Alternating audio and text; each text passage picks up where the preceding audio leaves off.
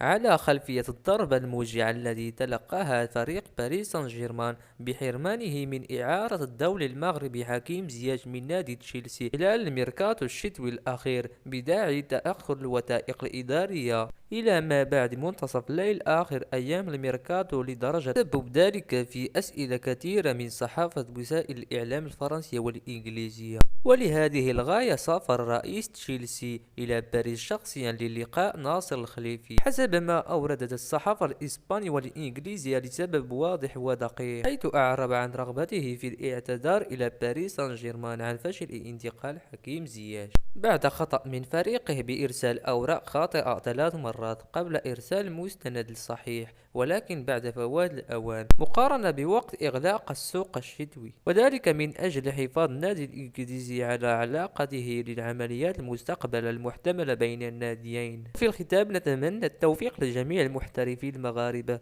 في أمان الله ومع السلامة.